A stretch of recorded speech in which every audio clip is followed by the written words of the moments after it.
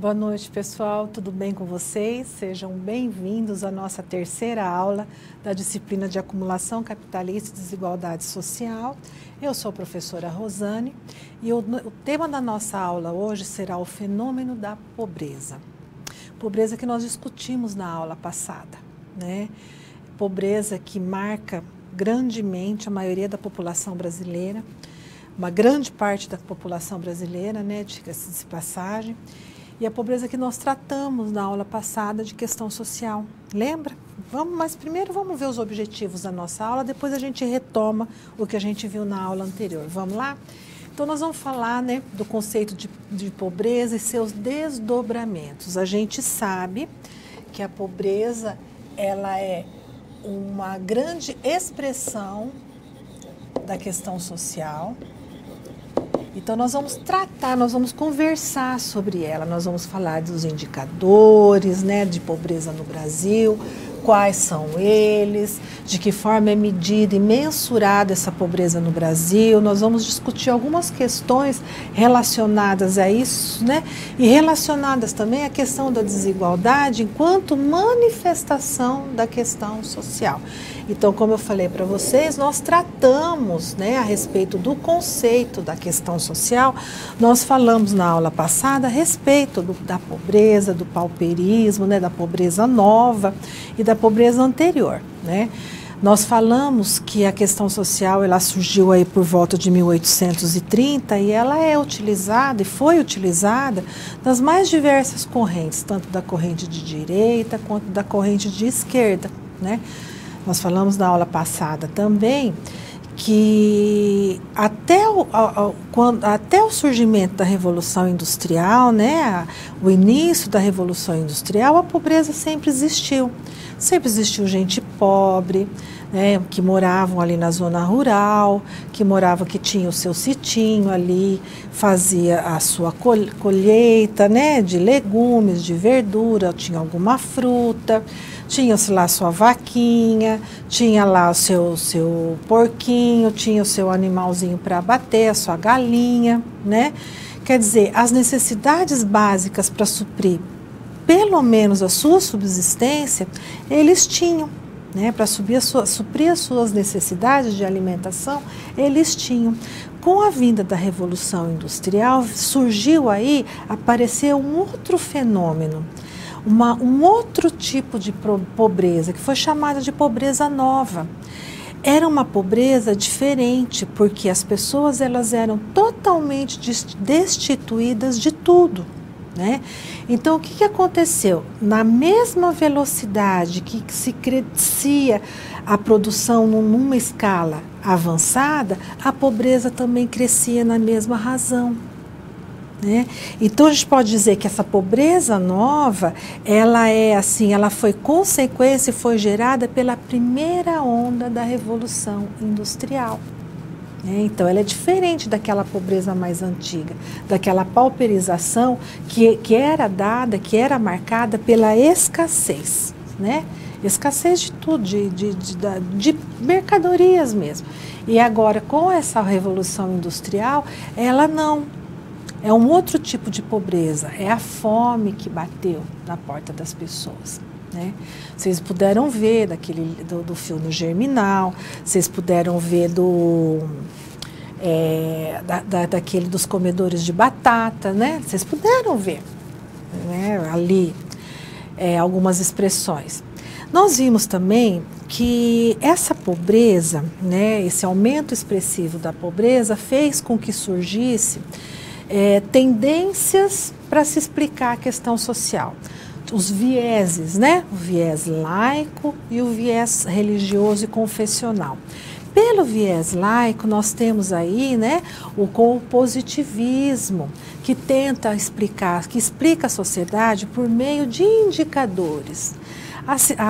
Os fatos sociais, eles são traduzidos como coisas, então eles podem ser medidos, quantificados, qualificados, levantado algumas regularidades, como por exemplo o alcoolismo.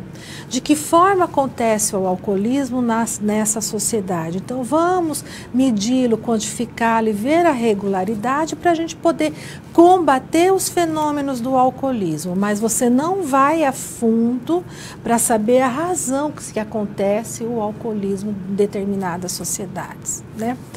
Então, o positivismo, ele, né, prega que, fala que você tem que se ajustar a essa sociedade, conforme-se a essa sociedade. O Estado pode até intervir em algumas políticas públicas, né? Mas tem que ter uma intervenção reguladora, ok? Aí vem a Igreja Católica, apoiada nas suas encíclicas papais, tanto a Rerum Novarum quanto a 40º ano, e fala não, o capitalismo não é um modo de produção ruim, mas da forma que está a gente não concorda. Nós temos que humanizar esse capitalismo. De que forma a gente vai humanizar esse capitalismo, né? Vamos estabelecer uma relação de solidariedade entre os povos. E a Igreja Católica também não reconhece a questão social como um fruto do capitalismo, né? Não reconhece essas contradições de classe. Então, por meio das suas encíclicas, promove ações de caridade que vai atenuar pelo menos um pouco o sofrimento das pessoas menos favorecidas. Olha o serviço social surgindo aí, né? O serviço social surge nesse contexto com ideias e propostas de embasamento teórico neotomistas que buscam o quê? A dignidade da pessoa humana. A pessoa ser escrava é uma condição indigna.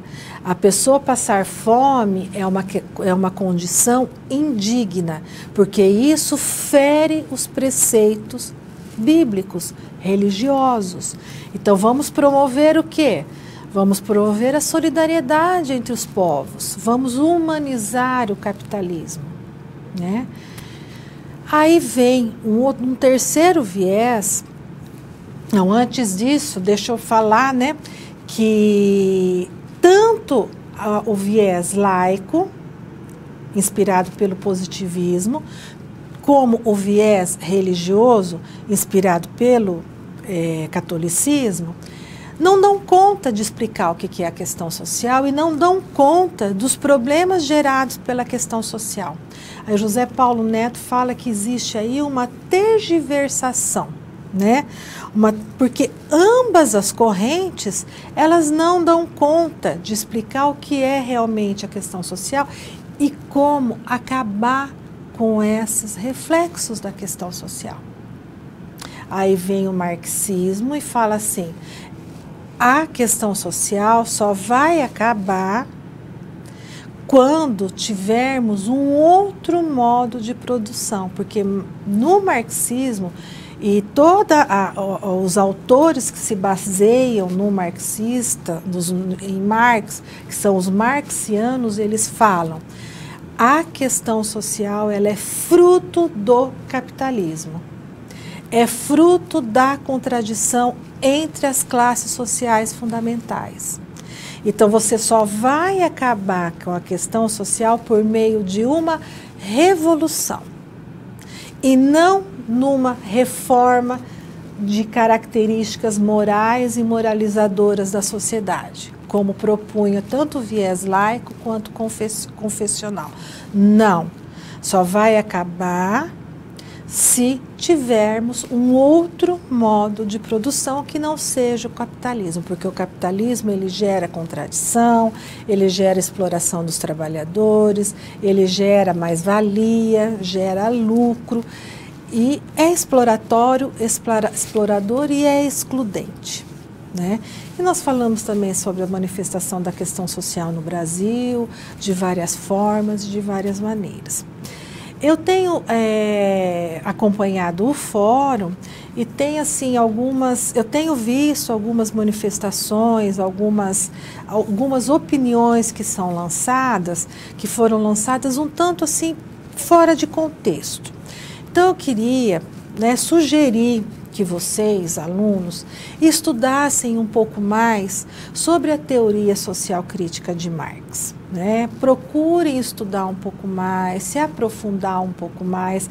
Você que aí já está terminando o curso, você deve saber qual é a linha teórica seguida pelo serviço social, né? Uma linha teórica que é da teoria crítica de Marx, né? Você deve saber que o serviço social, né? E você do segundo e terceiro também vai começar a estudar sobre isso a partir do próximo semestre, que o serviço social ele surge mediante uma necessidade política, uma necessidade social de atendimento ao modo de produção capitalista. Mas chega uma época do serviço social no Brasil que as coisas tomam um outro rumo e o serviço social se aproxima da classe trabalhadora e compreende essa nossa sociedade aqui que nós vivemos como uma sociedade que nós vivemos a contradição de classe, que nós vivemos ali nessa contradição entre o capital e o trabalho, e o que o assistente social ele atua diretamente nessas contradições, fazendo o quê? Garantindo o direito dessa população que precisa desse serviço social, garantindo o direito que essa população vá usufruir de políticas sociais, de políticas públicas com qualidade e que isso não é uma benesse do governo, que não é um favor do governo, é uma questão de direito e o assistente social está aí para garantir que esses direitos sejam cumpridos, que esses direitos sejam assegurados, que estão aí na Constituição de 1988, que nós vamos falar na aula que vem. Certo?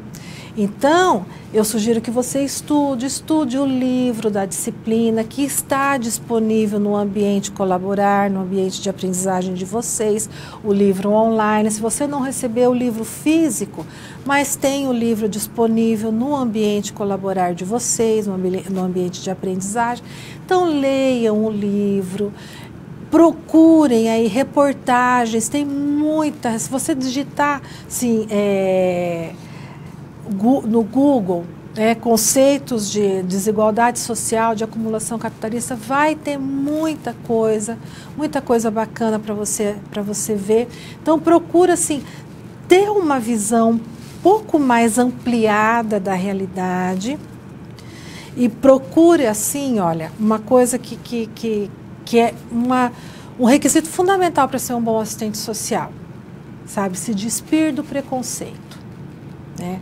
O nosso Código de Ética de 93, 94, ele fala que o assistente social ele tem que combater qualquer tipo de preconceito e ser um defensor intransigente dos direitos humanos. Então, para nós exercermos ideias preconceituosas, mensagens preconceituosas de cunho assim, levados para o senso comum, procure pensar e refletir um pouco antes de postar, antes de colocar, ok? Nós estamos aqui, as tutoras à distância estão aqui para apoiá-los, para direcioná-los numa aprendizagem de qualidade, né? E para que você saia daqui um excelente profissional, ok? Vamos lá então? Nós já relembramos a aula anterior e eu vou propor uma atividade que eu quero ir lá no chat, ver se está tudo certo, como é que vocês estão, que vocês vão me falar. Eu quero que você, aí no polo, discuta com seus pares e me responda, o que é pobreza? Olha lá no quadro. O que é? Sabe, faça um conceito, mas não procura no Google, não. Tá? Não procura no Google, não, que isso daí é fácil. Eu quero que você elabore um conceito do que é pobreza, o que você entende por pobreza, ok? Eu vou lá no chat, vou dar uma olhada e já a gente volta, tá bom?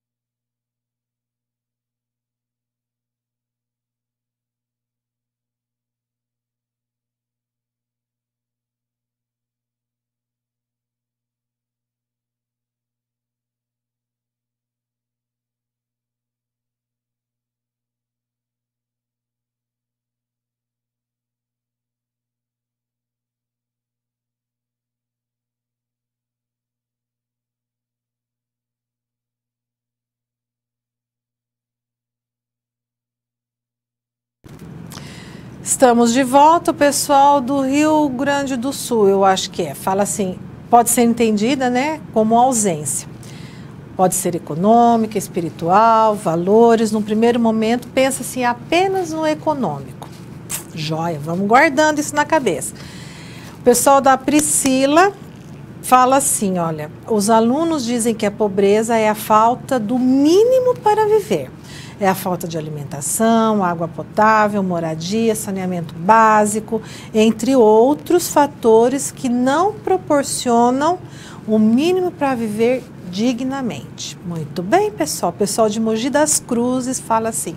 A aluna Regina, obrigada, Regina, diz: condição de vida de pessoas que não têm suprimentos básicos para garantir a sobrevivência, podendo ser visto por carências de diferentes aspectos, bens e serviços essenciais para a vida, saúde, educação, moradia, bem-estar e alimentação.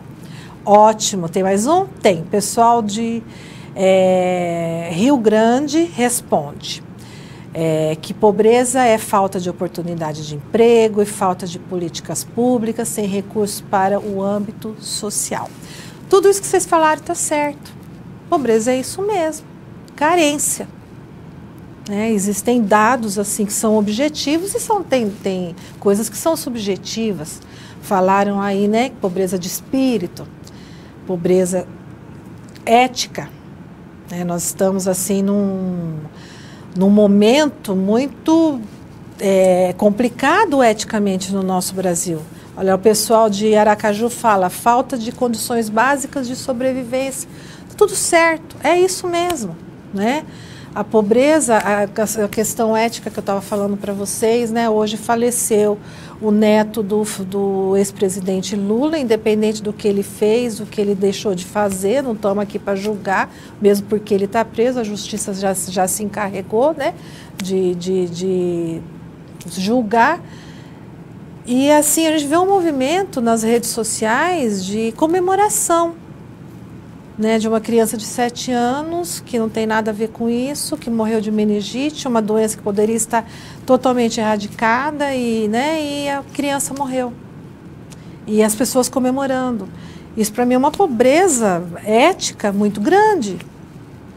É uma pobreza ética muito grande. Então a gente vê que existem dados objetivos com a questão da alimentação, a questão do dinheiro, a questão da moradia, a questão do vestuário, mas existem também fatores subjetivos, né? Como diz aqui, vamos lá? Olha lá, alguns conceitos, alguns aspectos, olha lá, absolutos e alguns aspectos que a gente chama de relativos também. Né? Não tem renda para se comprar o que deseja. Eu morro de vontade de ter um avião. Não, mas vou falar sério, eu tenho vontade de ter um barco. Olha que coisa linda ter um barco, mas eu não tenho dinheiro para comprar um barco. Então eu sou pobre, né? Olha um dado, ter fome. Eu tenho condições, né?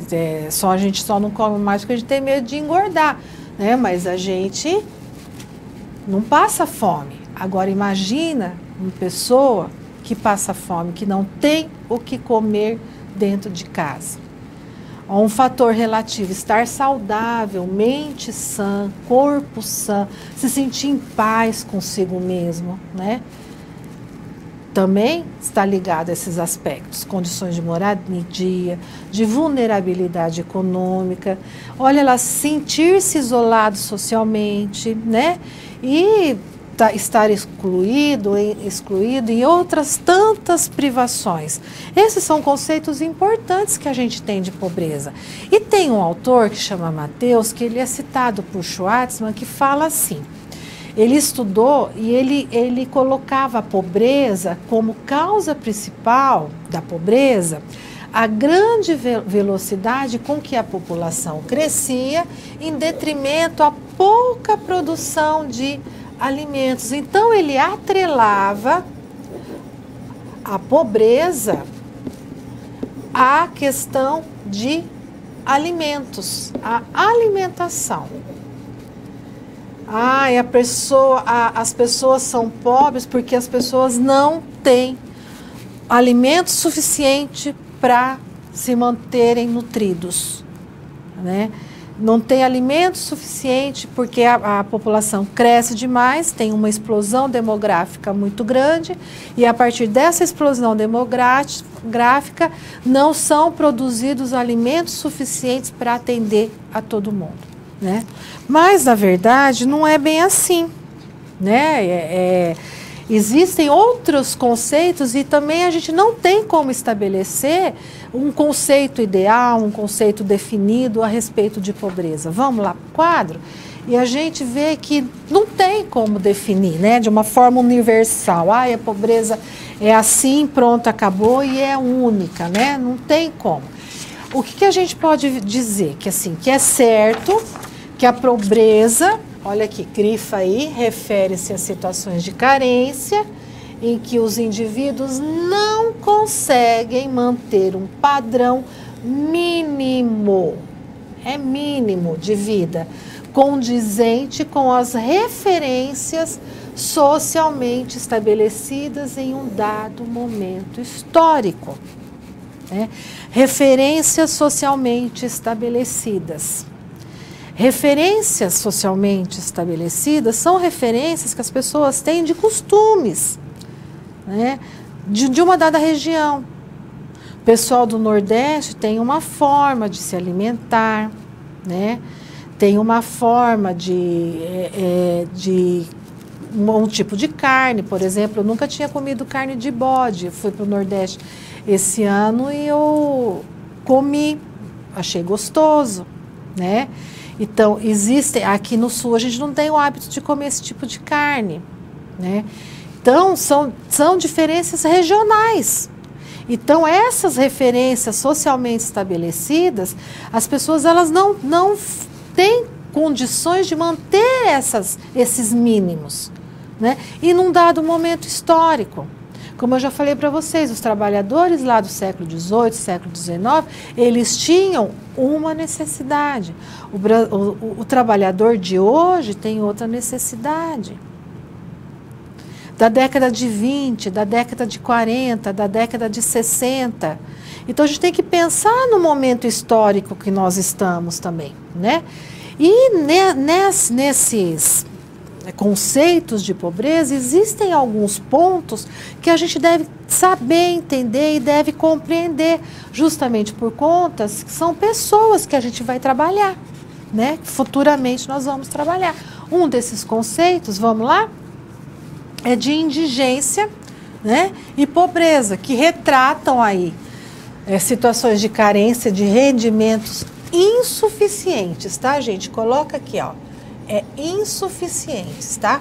Para compra, respectivamente, de uma cesta básica de alimentos e uma cesta básica de produtos e serviços imprescindíveis para reprodução social, para as pessoas estarem nessa sociedade. Então, é a falta, né, ou meios para satisfazer as necessidades básicas de alimentação e de roupa, né? Essas pessoas consideradas indigentes, elas não têm rendimento próprio, né? Falta de rendimento próprio. E essas estimativas, eles são utilizados uma determinada metodologia. E essa metodologia, ela foi desenvolvida pelo IBGE e o IPEA, que define a cesta básica de alimentos que satisfaça aí, ó, os requisitos nutricionais de cada região brasileira. Foi o que eu falei para vocês, né? E nós temos também famílias que são consideradas famílias indigentes. E essas famílias, elas não dispõem de rendimento suficiente sequer para se alimentar de forma minimamente adequada dos seus membros. Então, a renda per capita dessas famílias, ela é inferior ao valor necessário para atender tão somente a questão das necessidades alimentares, da alimentação, né? E a gente vê isso no nosso país, a gente se depara com esse tipo de situação no nosso país, com famílias indigentes, com famílias pobres. Então agora convido você para assistir um vídeo que fala a respeito dessa pobreza no Brasil.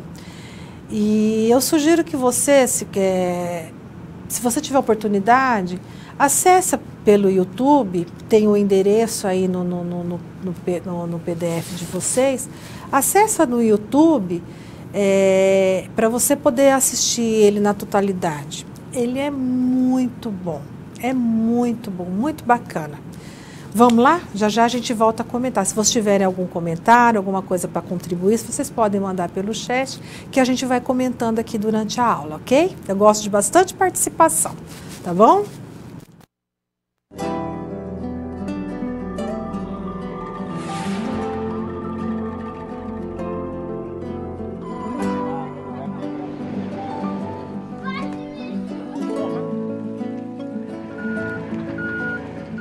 R$16 milhões de brasileiros vivem na miséria, com menos de R$70 por mês. Em casas improvisadas, sem acesso aos serviços mais básicos, como água tratada e energia elétrica. O Caminhos da Reportagem foi em busca dessas pessoas, ver onde vivem e como vivem. Encontramos histórias de vidas muito sofridas, mas também esperança. Constatamos que o país da desigualdade está mudando e que a distância entre pobres e ricos, apesar de ainda enorme, está cada dia menor.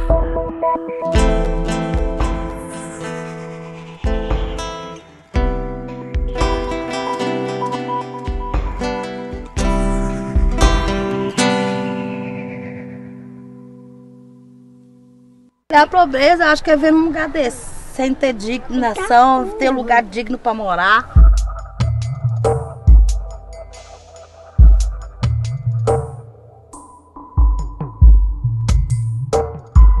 Quando falta água, mas a gente deve do jeito que vive.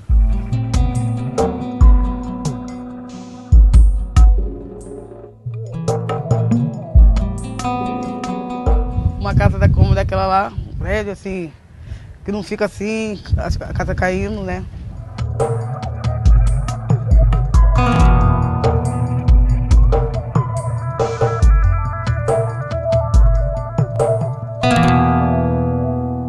Você chega, você é discriminado. Não ter dinheiro suficiente para consumir alimentos que garantam pelo menos 1.750 calorias por dia. Essa é a definição de pobreza segundo a FAO, órgão das Nações Unidas para a Agricultura e Alimentação. Para a CEPAL, Comissão Econômica para a América Latina e Caribe, o limite seria uma dieta um pouco maior, 2.200 calorias por dia. Aqui é onde eu coloco o arroz. Aqui é o café, né? Que você tá vendo aqui ainda tem um restinho. Aqui o açúcar, não tem nada. Aqui o trigo, que eu ganhei da igreja. Aqui a farinha. É a farinha de trigo, aqui a farinha branca de mandioca. Para a ONU, Organização das Nações Unidas, pobre é quem tem renda de até $1,25 por dia, cerca de R$2. A pobreza é não ter o serviço fechado, não ter uma casa boa para você morar. A União Europeia considera pobre quem ganha até 60% da renda média da população do país. Para se ter uma ideia, isso seria uma renda de pouco mais de R$2.500 para quem mora na Dinamarca. No Brasil, o Ministério do Desenvolvimento Social definiu como pobre quem vive com até R$140 por mês. Mais de 28 milhões de brasileiros estão nessa condição. Este ano, um novo recorte foi feito, o da pobreza extrema. Entra nessa classificação quem tem renda familiar per capita de até R$70 por mês. O cálculo é feito assim: a renda de todos na família é somada e depois dividida pelo número de moradores. 16.197.297 brasileiros são considerados extremamente pobres, o equivalente a 8% da população. A linha escolhida de R$70 per capita, eu acho, ela é muito baixa, eu acho que ninguém discute isso, mas ela tem duas grandes vantagens. A primeira é que ela é 100% compatível com as definições internacionais. E o segundo ponto é que eu acho que o fato da linha ser muito baixa, primeiro tem um consenso muito claro de quem está abaixo daquela linha é extremamente pobre. Porque não existe uma definição científica do que é ser extremamente pobre, é sempre uma decisão que tem um caráter político óbvio. E é difícil construir consensos nessa área. Agora, se você bota uma linha baixa, você tem um consenso que ela é baixa, mas ninguém discorda que aquelas pessoas merecem atenção porque são extremamente pobres. Ela permite que você foque entre os mais pobres e entre os pobres. As pessoas em situação extrema de pobreza estão espalhadas por todas as regiões do país. Bacana, né? Vocês viram com esses conceitos que a gente está trabalhando aqui, ele aborda esse rapaz aí do IPEA, né? E vocês viram lá que o dólar, né, falou R$2 o dólar naquela época. Esse vídeo não é muito novo, né? Naquela época o dólar estava mais baixo, agora que está um pouco mais alto. Então agora a gente tem que atualizar. Mas vocês puderam ver aí, né? O que é o conceito, né? Como se calcula a renda per capita, tudo direitinho, dados que a gente vai falar aí mais durante a aula, né? Mas a gente viu que no Brasil é isso mesmo. Essas questões aí, né, com relação à pobreza, eles são muito gritantes, eles são muito aparentes.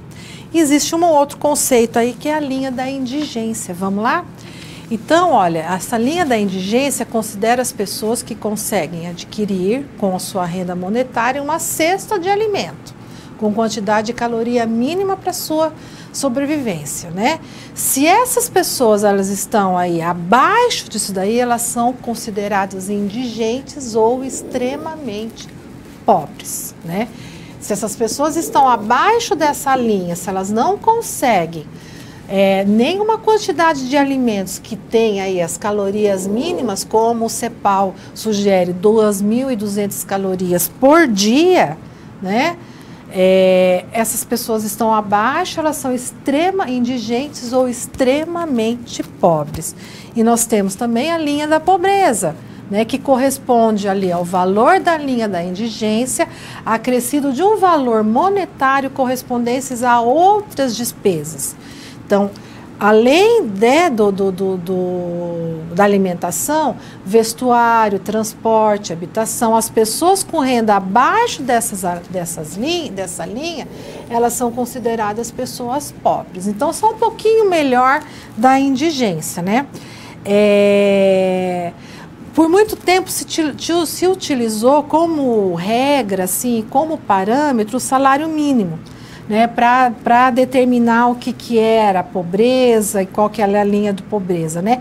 Hoje já não, hoje já se fala, já se utiliza o padrão de consumo familiar das necessidades nutricionais, determina aí as necessidades calóricas diárias, né? E essas necessidades de caloria também varia de uma região para outra, né? Então, o que nós temos aí, ó? Que nós temos um abismo muito grande, né, entre os excluídos e os incluídos, a gente pode falar assim. Então, o Radar Social é um órgão, né, do governo federal que faz todo um mapeamento dessas questões da desigualdade no Brasil, e ele fala assim: o Brasil é um dos países mais desiguais do mundo, ocupando aí, ó, o penúltimo lugar entre os demais países, porque a distância aqui, ó, é enorme e o buraco aqui, ó, é bem mais embaixo, é um poço profundo. Em 2017 nós tínhamos 15 milhões de pessoas pobres, que representa 7,2% da população. E olha aqui um dado assim bem chocante, que apenas 1%, isso daí é um dos dados que a gente traz para você, mas a gente traz outros também, que a da população é composta de brasileiros ricos, né? Aproximadamente 1,7 milhões de pessoas são considerados brasileiros ricos, né? Ou seja, são 1% que apropria da mesma soma de rendimentos, olha aqui, ó, familiares, distribuído entre os outros 50% da população. Então, toda a renda de 50% da população corresponde a 1% dessa população de rico, né? Então, precisa de 86,5 milhões de brasileiros para chegar na renda dessas pessoas, desse 1% da população. A Oxfam é um organismo uma confederação, uma organização, uma confederação global que tem como objetivo aí combater a pobreza e discutir sobre a pobreza e as desigualdades e injustiças, né, em todo o mundo. E tem um braço aqui no Brasil. Se vocês tiverem interesse, ó, o site é www.oxfam. Pera lá, deixa eu apagar aqui, que eu escrevi errado. Cadê a vírgula? Aqui. www.oxfam,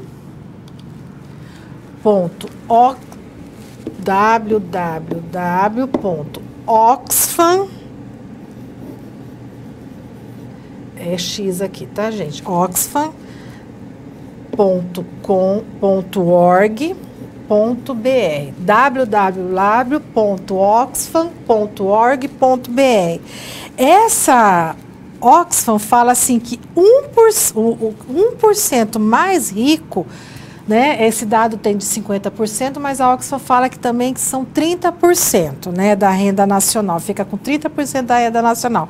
E um dado interessante que tem lá, fala assim que um trabalhador que ganha um salário mínimo, no Brasil, um trabalhador que ganha um salário mínimo, precisa trabalhar, levaria 19 anos para ganhar o que um super rico recebe em um mês.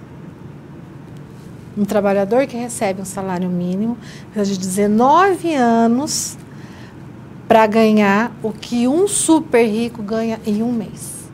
19 anos. Eu não estou falando que é errado ganhar dinheiro.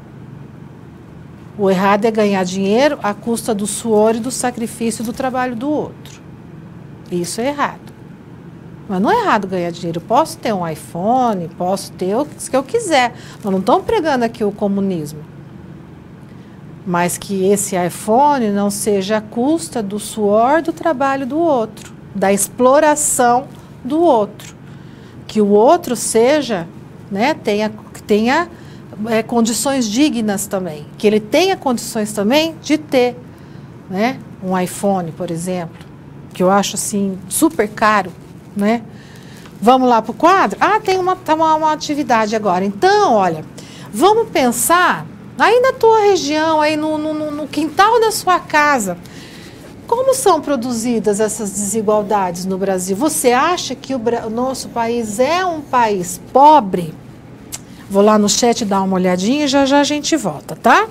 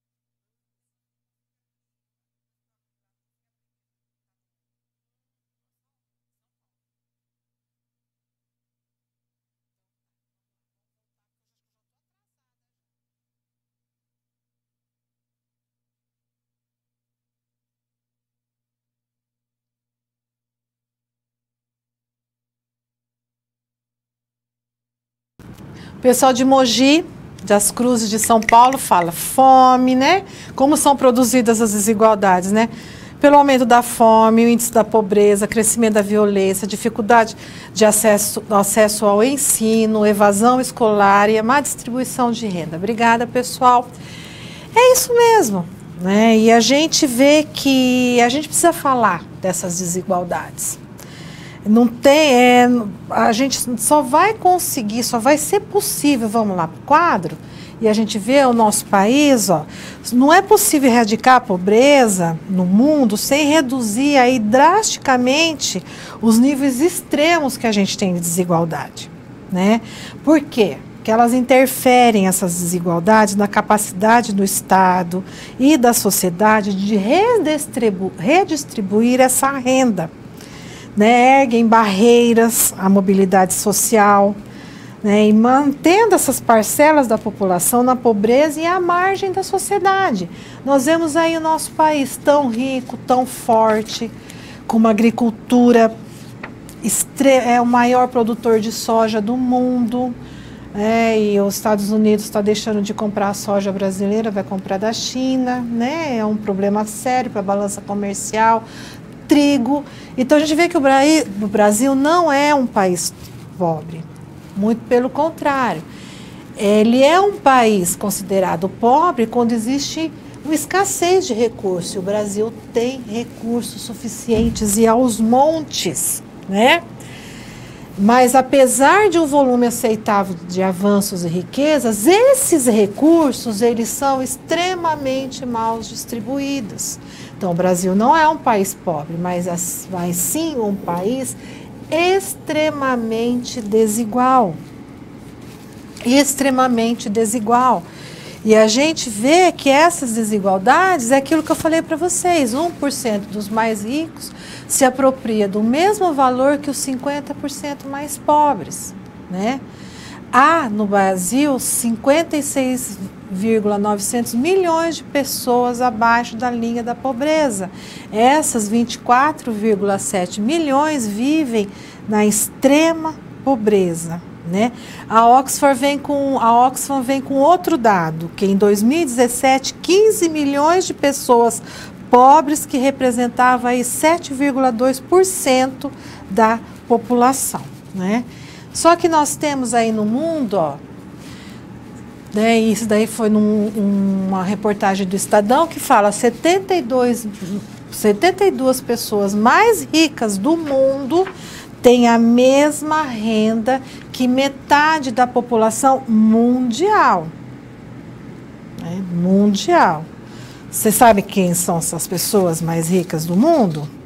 Nós temos aí, por exemplo, o Bill Gates, né, que é o dono da Microsoft. Nós temos o Amancio Ortega, que é um dos donos da Zara, que é uma grande loja de departamento, de vestuário, né? O Carlos Slim, dono da Telecom, uma grande rede de telecomunicação, que, se não me engano, é mexicano. E o Mark Zuckerberg, né, que é do Facebook, do Instagram, do WhatsApp, quem que não usa as redes sociais de hoje, né, hoje em dia. Então, são os mais ricos do mundo, né? Não estou falando que é errado ser rico, de jeito nenhum, né? Mas a gente tem que ver que essa acumulação, ela é muito concentrada na mão de poucos, né? E muitos têm muito pouco mesmo. Só que para medir essas questões, né, a gente tem que ter indicadores sociais que vão dando parâmetros, né? Os indicadores, eles servem para isso. Eles dão parâmetros para que sejam propostas políticas que atendam às necessidades dessas pessoas que têm essas carências, né? Vamos lá para o quadro e a gente vê que um deles, existem esses indicadores de renda, né? E o IPEA, que analisa a pobreza no Brasil, fala que o Brasil ocupa o 9º lugar em renda per capita dentre os países em desenvolvimento. Quer dizer, a renda per capita ela é boa, mas cai para 25º lugar quando se fala em proporção de pobres. Quer dizer, tem uma renda per capita até grande, boa, 9º lugar. Mas quando se fala em pobres, ele já cai lá para baixo, em 25º lugar. E um desses índices é o IDH, o Índice de Desenvolvimento Humano, que foi criado pelo Programa da ONU, né, para o desenvolvimento, e é calculado aí, ó, em diversos países desde 1990.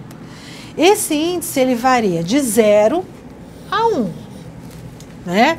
Sendo que quanto mais perto de 1, o melhor é o desenvolvimento humano, ou seja, a qualidade de vida é melhor, né? Então, a qualidade de vida é medida do país e do local, onde é calculado por base, e nesses indicadores aqui, ó, o PIB per capita, né? O PIB é o Produto Interno Bruto per capita, é dividido pelo número de habitantes, né? Indicador de renda. A expectativa de vida ao nascer, né? Pela esperança de vida ao nascer, taxas de mortalidade infantil.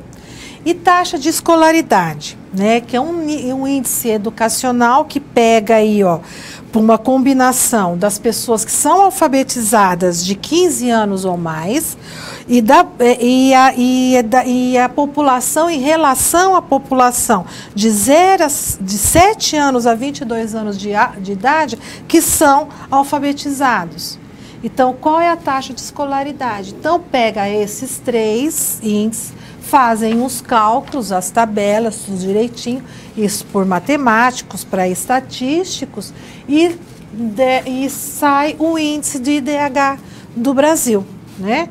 Então, nós temos aí, olha, o Brasil fica em 75º lugar no ranking atrás do Sri Lanka. O Sri Lanka é um país lá da África, não sei. Peraí, deixa eu ver se eu ver aqui. A ilha do sul da Índia.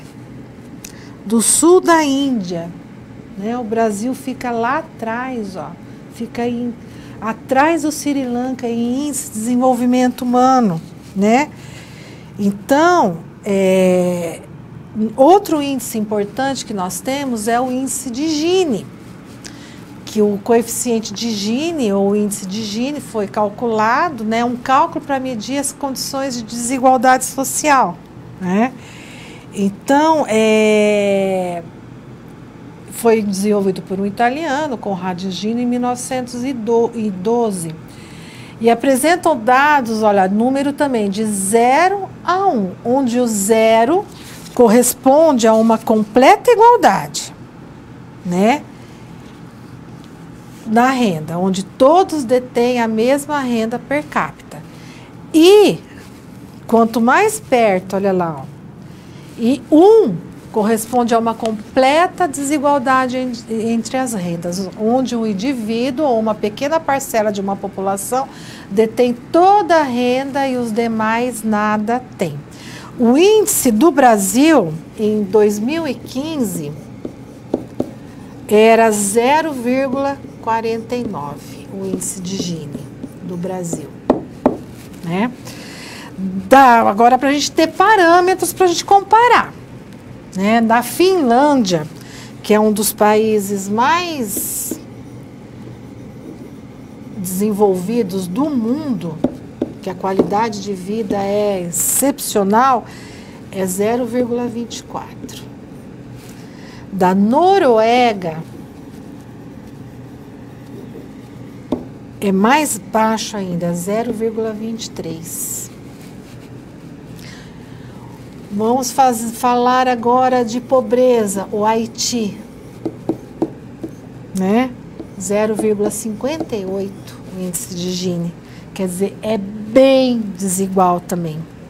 E os Estados Unidos, que a gente acha que é a coisa mais linda do mundo, né? Olha, 0,40 o índice de Gini, né?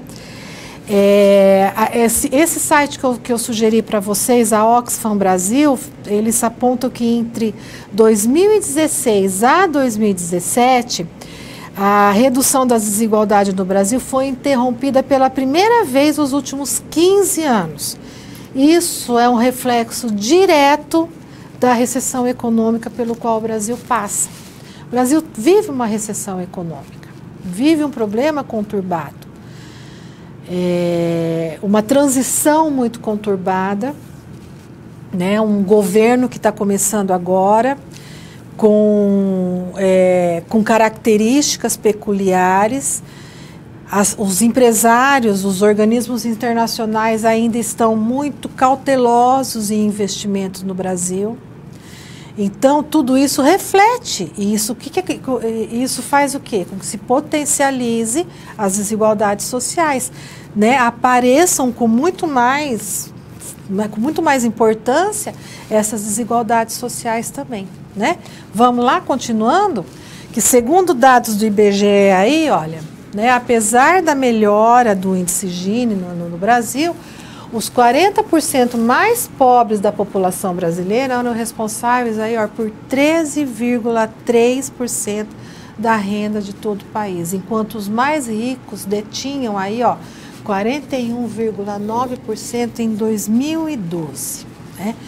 E para a gente medir esses índices de desigualdade, eu apontei alguns indicadores importantes que a gente levantou para vocês terem uma noção. Como eu sou da área da educação, então eu valorizo muito a educação. Então vamos falar um pouquinho desses índices de desigualdade educacional, né? Nós temos o IDEB, que é uma nota que passou em 2007, teve um avanço para 2009 de 4,2 a 4,6, né?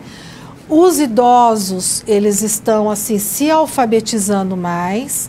Temos o programa aí, né, de educação de jovens e adultos, que está favorecendo muito o aumento desses índices de alfabetização no Brasil, né? A taxa de alfabetização brasileira é de 90% para a população com mais de 15 anos, né? Mas ainda temos aí, ó, 14,6 milhões de analfabetos, muito aí, olha, entre a população idosa, a população com mais de 60 anos. Ainda a gente tem uma taxa muito grande. Aqui em Londrina, a gente tem uma taxa muito grande ainda de pessoas analfabetas ainda. Até eu tive cursos na Secretaria de Educação essa semana inteirinha e se falou muito dessa educação de jovens e adultos e da necessidade de se incentivar mesmo essas pessoas. Parece que aqui em Londrina, pelo levantamento da Secretaria de Educação, tem mais de 4 mil pessoas, né, que precisam ainda ser alfabetizadas, né? Adultos e idosos. Então nós temos um outro fator de desigualdade muito grande que todo esse processo de pobreza e desigualdade favorece, que é o trabalho infantil, que é uma coisa que me toca muito, que é uma coisa que me deixa muito indignado. Por quê? Porque interfere diretamente no desempenho escolar dessas crianças, porque cai, ó, aproximadamente 17,2% a aprovação e aumenta em até quase 23% a evasão escolar. A criança deixar a escola, não frequentar uma escola, é um crime, gente. Não pode, a criança tem que estudar, a criança tem que crescer, a criança tem que brincar, a criança ela tem que exercer o seu direito de ser criança. E o trabalho infantil é uma das marcas registradas aí da sociedade brasileira, é uma das maiores agressões à sociedade brasileira, né? O IBGE fala que 2,7 milhões de crianças ainda de 0 a 14 anos trabalham, né? E desses 14 milhões, 50% trabalham até 40 horas semanais, né? Então, essa forma de trabalho está muito atrelada à questão da pobreza da família. A criança tem que estudar, tem que ir para a escola, né? Como eu falei para vocês, porque, olha, ela é um ciclo que vai se perpetuando, né? Ela vive em condição socioeconômica desfavorável, ela vai, larga a escola, tem baixo desempenho escolar, larga a escola e vai aí, começa com poucas chances aí de mercado de trabalho, de estar no mercado de trabalho, e vai se submeter a qualquer tipo de trabalho, no sisal, nas carvoarias, nas pedreiras, nos canaviais, na agricultura. Criança esmolando em semáforo, vendendo doce, sendo submetido ao tráfico de drogas, à prostituição, à pedofilia, né? Contribuindo aí para o aumento da pobreza e reproduzindo a mesma condição de vida de seus pais e seus avós e começando aí um novo ciclo. Então a gente precisa romper com isso daí. Outra coisa que o Brasil precisa romper é com o trabalho escravo, né? Muitos são atraídos por oportunidades de emprego e ali eles acabam sendo enredados aí por grandes latifundiários e acabam ficando endividados nesses locais muito distantes, e eles acabam sendo submetidos aí a condições subhumanas de trabalho. E que a gente sabe que existe. Recentemente eu vi no jornal como é que chama? Uma confecção que presta serviço para uma grande indústria, para uma grande loja de departamento brasileira aí, com um monte de trabalhadores colombianos, bolivianos, né, venezuelanos, que deixaram lá seus países de origem, vieram aqui para São Paulo, eles trabalhando nessas confecções, assim, com condições análogas ao trabalho escravo. São seres humanos, né, para uma grande loja de departamento, que eu compro lá. Você compra lá, né, uma grande loja de departamento, famosa, faz propaganda na televisão de monte, né? Então, só que prestava serviço para essa grande indústria, tá? Vamos lá assistir mais um pedacinho do vídeo? Já já a gente volta. Mais da metade dos extremamente pobres vive no Nordeste. E no ranking dos 50 municípios mais pobres do país, 26 estão no estado do Maranhão.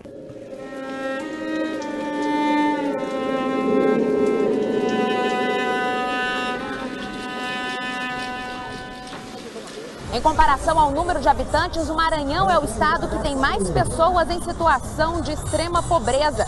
De cada 4 habitantes, 1 vive na miséria. A vida não é muito boa, não. A vida de pobre, só do que é, né? O senhor tem medo da casa cair? A gente tem. Mas o que a gente vai fazer? A gente põe, que remenda, mete madeira, compra madeira, remetendo, pregando. Seu Virgino é um dos moradores do bairro da Liberdade, em São Luís. A comunidade é cortada por uma vala, por onde escorre não só a água da chuva, mas também o esgoto de todas as casas. Aqui não há parquinho, e é no meio do lixo e da água contaminada que as crianças brincam, no mesmo lugar onde os ratos se escondem. Boa parte dos moradores da Liberdade vivem no seco, nome dado à parte da comunidade que tem casas em terra firme. Outros tantos moram em palafitas. Em que condições? É o que vamos conhecer agora, a convite da Rose, que vive aqui há 4 anos.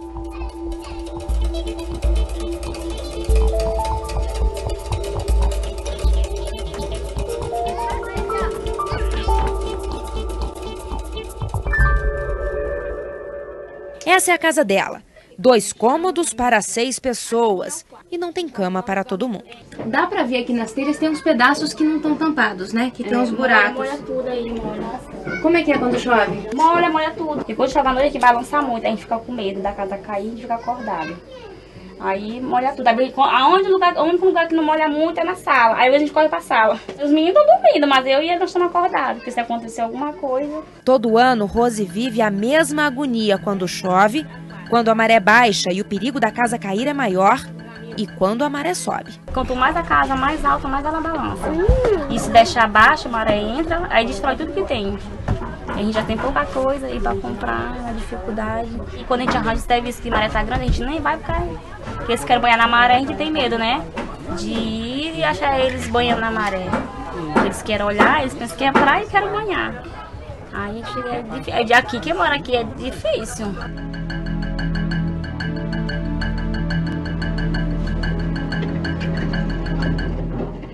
Em 1995, o Instituto de Pesquisa Econômica Aplicada, o IPEA, fez um levantamento da situação de pobreza dos estados brasileiros. O mesmo estudo foi repetido em 2008. Aqui no Maranhão, a riqueza produzida pelo estado, dividida por cada habitante, cresceu 6% nesses 13 anos. Mas a pobreza não diminuiu no mesmo ritmo. A população pobre caiu apenas 2%. E fomos em busca dos mais pobres. Pegamos a estrada rumo ao interior do país. Destino final, Junco do Maranhão, um município pequenininho que depende quase que exclusivamente do repasse de benefícios assistenciais. Na estrada encontramos seu Manuel vendendo um produto típico do estado, a farinha de mandioca, branca, com manteiga, amarela e de puba natural. A farinha que garante o sustento do seu Manuel vem de produtores aqui de perto. Um deles é o seu Dedé, que aprendeu a mexer farinha com o pai. Assim dá para levar a vida. Aí já tem uma filha da gente que tá vive empregada trabalhando numa lojazinha, já tem a mulher que trabalha costurando. E aí a gente vai levando a vida. E aí no fim do mês soma de um, soma de outro? Soma de outro e dá para pagar o feijão, né?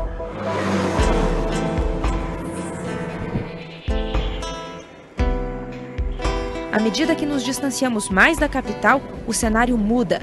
Casas de taipa, telhados de palha, falta de emprego. Por aqui o dinheiro não circula, não há comprador para a pequena produção. A vida de muitas famílias se desenrola às margens da BR, alheia às riquezas transportadas pela estrada. Estamos de volta, viram só?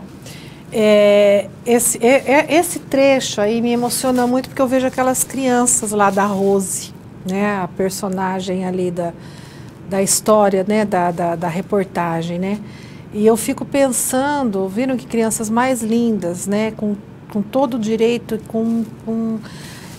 com a falta de oportunidade que elas têm. Você acredita firmemente que uma criança dessa, que está retratando aí falando aí nessa reportagem, ela tem condição de disputar as mesmas oportunidades nessa nossa sociedade que uma criança, por exemplo, que de uma classe média alta, que estudou a vida toda num colégio particular?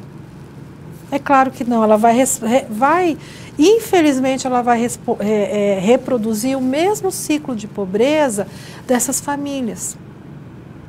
Da sua mãe, do seu pai, dos seus avós, e ali vai ser uma reprodução constante dessa. E é isso que a gente tem que combater, é isso que a gente tem que lutar, né? O pessoal de Chapecó, Santa Catarina, fala assim, que o Brasil não é pobre, né, em produção, ele é pobre em distribuição. As desigualdades são um déficit da história do Brasil, e é verdade mesmo, é um déficit que a gente encontra. Né? E são assim, a gente vai ver sobre as políticas afirmativas na aula que vem, a gente vai refletir sobre isso, sobre a condição do Brasil de se fazer justiça, de fazer justiça histórica, né? O pessoal da Bahia fala assim, as desigualdades sociais são desigualdade econômica, de ensino, de distribuição de renda, habitação, alimentação. Os alunos de Rio Grande também falam, né, que a desigualdade no Brasil são oriundas de muita corrupção, má distribuição de renda, baixa escolaridade, com pouca qualificação profissional e outros. Eu acredito muito nisso também, vocês falaram da corrupção. A corrupção, ela é uma fonte aí inesgotável, né, de recursos que são lançados aí, ó, no esgoto. Que vão aí para os bolsos de pessoas aí com pobreza ética, como a gente já falou, né? E aí é uma fonte muito grande, né, de dinheiro público que se vai, que precisa, que poderia ser destinado aí a outras coisas. Não sei se foi aqui, né, nessa aula que eu dei um exemplo já de uma gestora de um hospital público do Rio de Janeiro, que ela deu uma festa para não sei quantas pessoas aí, ela gastou mais de 200 mil reais nessa festa no hospital, sendo que no pronto-socorro está caindo aos pedaços, não tem remédio, não tem maca, não tem médico suficiente, não tem funcionário suficiente, as pessoas morrendo, né? E ela destinando dinheiro para a festa. Ela foi exonerada, ainda bem, né? Se fizeram alguma coisa ali. Então, é bem complicado. O pessoal não fala de onde, acho que é do Rio Grande do Norte, fala a desigualdade social em nosso país só tende a crescer no cenário capitalista, o qual estamos inseridos. Porém, nossa nação é extremamente rica, mas, por sua vez, a riqueza fica acumulada nas mãos de poucos e com isso a pobreza não para de crescer em diversos segmentos como um todo. Obrigada, pessoal. Muito bom. Vamos lá, então, vamos seguindo adiante. Outro fator muito importante de desigualdade no nosso país é a desigualdade racial, né? E a gente vê que a pesquisa nacional por amostragem realizada em 2014, 53% dos brasileiros se declaram pardos ou negros, quer dizer, mais da metade da população, né? 45,5% se disseram brancos, né? E aí, olha, só que essa é uma parcela da população que sofre demais com a violência, com salários menores e crimes racistas no Brasil. Se a pessoa é negra e é gay, pior ainda, né? Porque a gente vê que o assassinato de mulheres brancas caiu aí, ó, 10% na última década, mas agora no começo do ano parece que virou moda no Brasil de novo o feminicídio, né? Só que em mulheres negras subiu, ó, 54%. Os mesmos que acontece com assassinatos por arma de fogo, né? Enquanto teve queda na população branca de 23%, a quantidade de vítimas negras cresceu aí, ó, 14%. Então a gente vê que a desigualdade racial ainda é uma constante no Brasil. Se a pessoa, aquilo que eu falei para vocês, se ela é pobre, negra e gay, ela corre um sério risco no nosso país. A desigualdade racial no Brasil, ela tem uma cara. Ela é mulher, ela é pobre e ela é negra. A desigualdade social, ela tem uma cara. Porque é a população que mais retrata as condições de desigualdade no Brasil, né? E a gente tem que pensar sobre isso, né? E nós temos também desigualdades muito grandes aí no meio rural e no meio, né, a exclusão do meio rural também. Isso é uma coisa, vamos lá para ver, que problema no campo brasileiro se arrasta aí, ó, centenas de anos. Né, uma distribuição desigual que foi desencadeada lá, né, com conflitos rurais a partir, ó, da década de 1530, com a criação aí, ó, das capitanias hereditárias, através do sistema de sesmarias, né, e aí a coroa portuguesa distribuía esses terrenos para quem não tivesse condições de produzir. Né, e desde que pagasse um cesto para a coroa, para a produção da coroa, estava tudo certo. Então, o sistema de sesmarias, por isso que é um cesto. E nós temos hoje ainda vários conflitos agrários. A reforma agrária não saiu do papel. Não foi feita a reforma agrária no Brasil. Enquanto o México já tem uma reforma agrária lá forte e legitimada, o Brasil não tem ainda uma reforma agrária. Então, esses conflitos agrários, eles são, assim, importantes ainda no Brasil, né? Ainda tem aí uma discussão muito grande a respeito desses movimentos, tanto o MST, os movimentos, né, o movimento do Sem Terra. Temos aí as reservas indígenas que estão seriamente ameaçadas hoje em dia. Então, a gente tem um movimento muito grande e a expansão, né, do agronegócio mesmo. E aí eu venho aqui com uma atividade para vocês, que eu estou vendo aqui, ó, enxadas paradas né? E as cidades inchadas e paradas, né? E aí a gente traz uma reflexão a respeito desses problemas de mobilidade urbana, que essa relação entre campo e cidade no espaço geográfico brasileiro. Então, o que é incorreto? Então, eu vou fazendo com vocês para a gente poder ir discutindo mesmo, cada afirmativa que tem aqui, né? Então, a primeira alternativa é falar: a concentração fundiária no campo brasileiro tem um marco histórico na Lei de Terras de 1850, a partir da qual a terra se transformou em mercadoria, passando a ser um bem oligárquico. E é verdade mesmo, gente. A terra é um bem oligárquico. E olha o tanto de latifúndio que nós temos no Brasil, né? Então ela acaba sendo um bem oligárquico mesmo. Então essa daqui ela é correta. A reflexão sobre a realidade brasileira, a realidade do espaço brasileiro impõe a necessidade da compreensão histórica dos processos sociais, articulando espacialmente campo e cidade. Claro, a gente tem que saber a partir de que momento começou aí o êxodo rural, que as cidades começaram a ficar cada vez mais inchadas, né? E o pessoal deixando o campo. E essas cidades inchadas, elas foram se concentrando ali nas margens, né, essas pessoas, e ali grandes bolsões de pobreza começaram a aparecer nessas cidades, né? E nós temos a alternativa C aqui, que fala assim, que a expansão do agronegócio vem contribuindo para a redução do êxodo rural pelo aumento do emprego direto de mão de obra assalariada nas áreas de fronteiras agrícolas.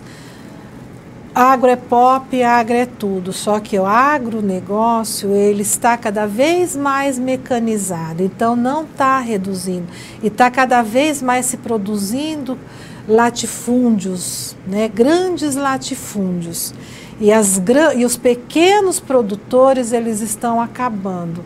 Então ele não está reduzindo, muito pelo contrário, está aumentando. Então essa daqui realmente é a incorreta, né? E o agravamento da problemática da mobilidade urbana nas metrópoles brasileiras está diretamente relacionado àquela política de incentivo à aquisição de automóvel, pela redução do imposto aí que nós tivemos aí nos anos de 2012, 13, 14 aí com o governo de Dilma, né? Aumentou demais a quantidade de carro, aumentou um monte, e essa mobilidade urbana fica cada vez mais saturada mesmo, uma dificuldade muito grande, né? De locomoção, de mobilidade, que nós temos um transporte público deficitário, que transporte público, olha, depender de transporte público é difícil, principalmente nas grandes cidades, né? Mas é isso aí, gente. Deixo vocês agora para curtirem aí o feriadão, né? Carnaval, quem é de carnaval, Netflix, quem é de Netflix. Descansem bastante, aproveitem e até a próxima semana, ok? Boa noite.